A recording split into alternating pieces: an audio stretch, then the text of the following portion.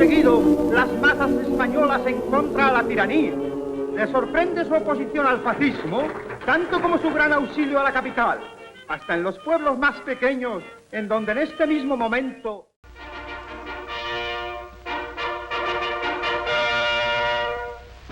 Spain in arms. Under the leadership of General Franco, General Cuerpo de Llano, and others, Spain of tradition is rising to repel the Red Invader. They are greeted by exultant crowds, seeking liberation from the reign of terror.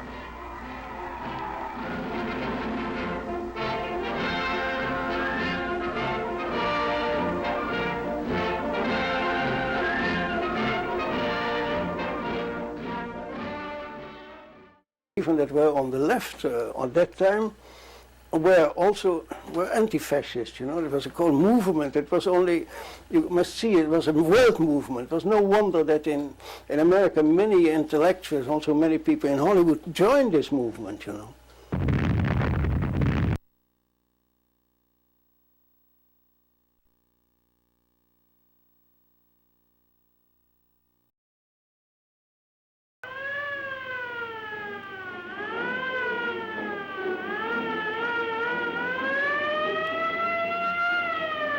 The first time that fascist forces from Germany and from Italy interfered military with bombardment and with weapons in a course of people's war. It's important, you know.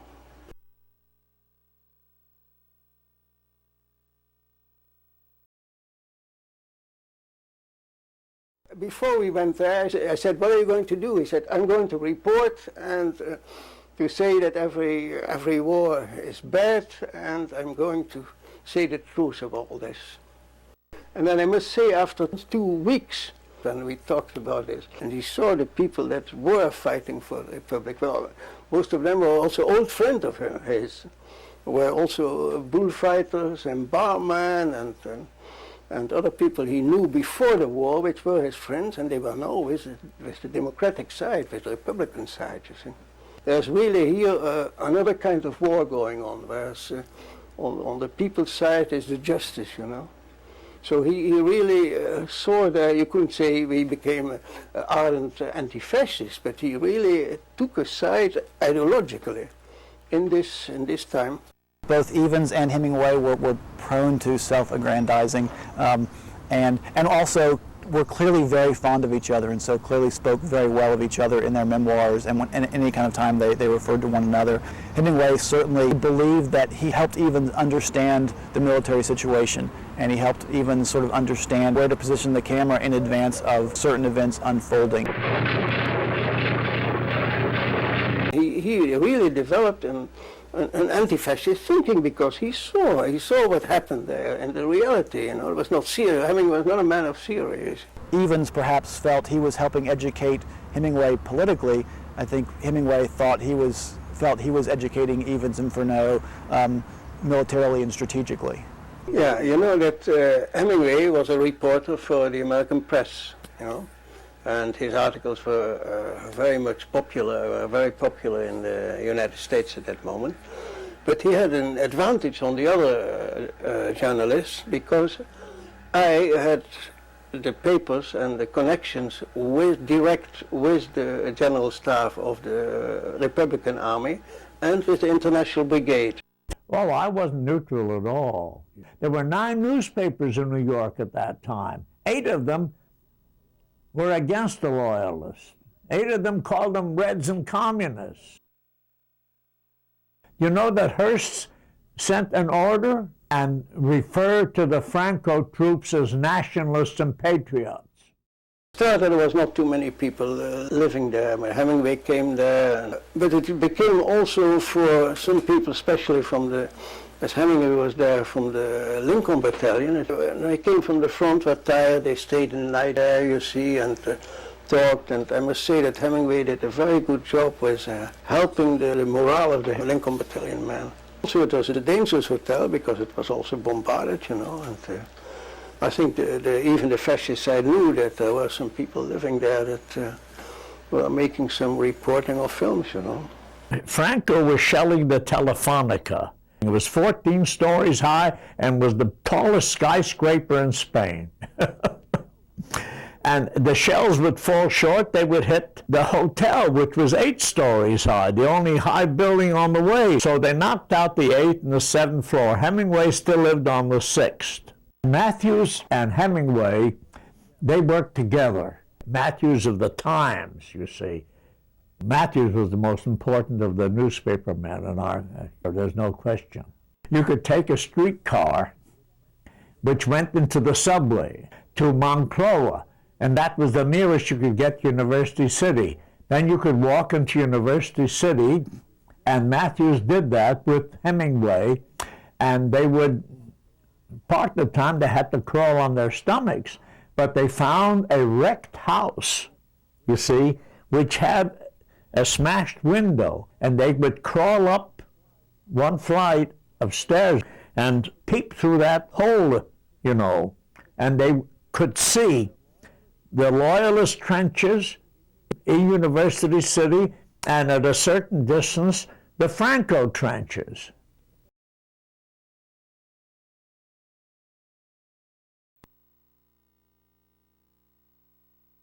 They were my friends, the Roosevelts, yeah. So I laid that on, that showing in the White House, and was there. We were very amazed because it was the very first show of the film. The print was still hot, you could say, you know.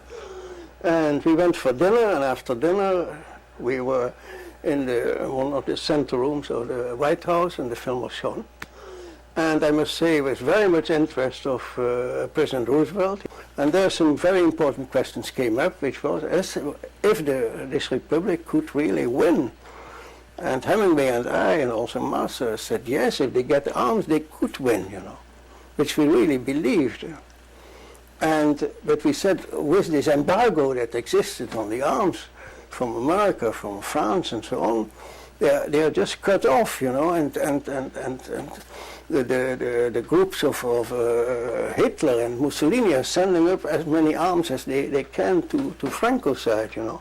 So they have a very hard time, and I think that should be broken. But you know, Roosevelt he laughed a little and so on, and he said yes or no. But he was up there to a big political decision, which couldn't be changed, unfortunately, which has changed maybe also some in the history of the world, you know. And they were both very much moved by it, both the President and Mrs. Roosevelt. And I think that they were both on the side of the Republic, but there was public opinion wasn't there to support anything. In November 1936, the American Institute of Public Opinion, known as the Gallup poll, asked a representative cross-section of American people, if another war develops in Europe, should America take part again? No. 95%. We the people had spoken. 19 out of 20 of us said, include us out. The positions taken then, which were entirely based on all sorts of preconceived notions, notably the position of the Catholic Church. This is completely pro-Franco, and the general assumption that the Republic was you know, a bunch of ravening Reds. Those were just reinforced constantly by propaganda, by a lot of lies, and there's been no possible way to change it. In these kind of wars and reporting, there's only one side, you see, for us, you know, for the kind of people we are making documentaries for. Reporting maybe is different, you know, but we really took side and openly side. We didn't say we are formally objective. No, we thought that the Spanish cause was the real cause of the future of the democracy in Spain, you see.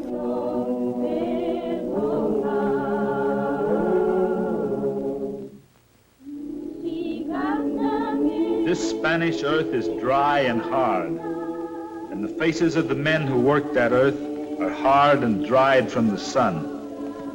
This worthless land with water will yield much. For 50 years we've wanted to irrigate, but they held us back. Now we will bring water to it to raise food for the defenders of Madrid. And also, what you shouldn't forget, that this film was really a kind of indication that the Second World War is around the corner. It was like a match. We showed a match to a fire that would come.